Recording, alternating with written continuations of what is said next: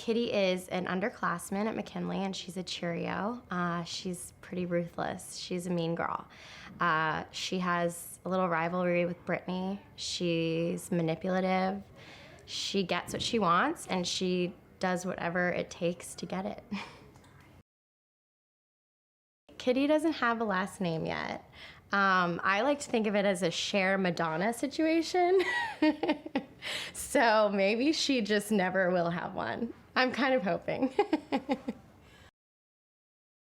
Kitty is an underclassman, and since she's a Cheerio, she is kind of out to get Brittany and kind of bump her out of her position as head cheerleader. So there's a lot of fun stuff coming up with, dance numbers and us sort of having this kind of evil rivalry with each other. And so working with Heather was amazing. And it's actually, we say all the time between takes that we wish we liked each other during the shooting of the show, because we actually like each other a lot in real life. So it's fun. I do have some cheerleading experience. I was a 7th and 8th grade cheerleader, and then after that I started to do more dance stuff. But I definitely wore the uniform and was on the sidelines, all the cheers that everybody knows. It was fun. I grew up in Marietta, Georgia, which is about 20 minutes outside of Atlanta.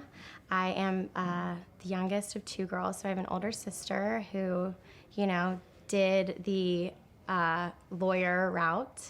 And so we're very different, and our lives are very different, but she's my best friend and my biggest cheerleader, so she's very excited right now.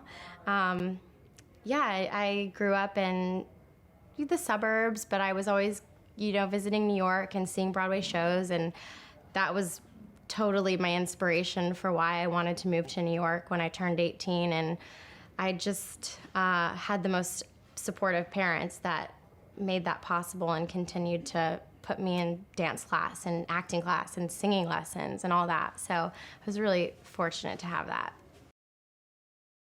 I started in the world of theater in New York, and growing up, all I ever wanted to do was be on Broadway, and 3 years ago I had that opportunity, and since then I've been working on and off with Rock of Ages, the tour, the Broadway company, and then I recently did the Trans-Siberian Orchestra tour for the winter.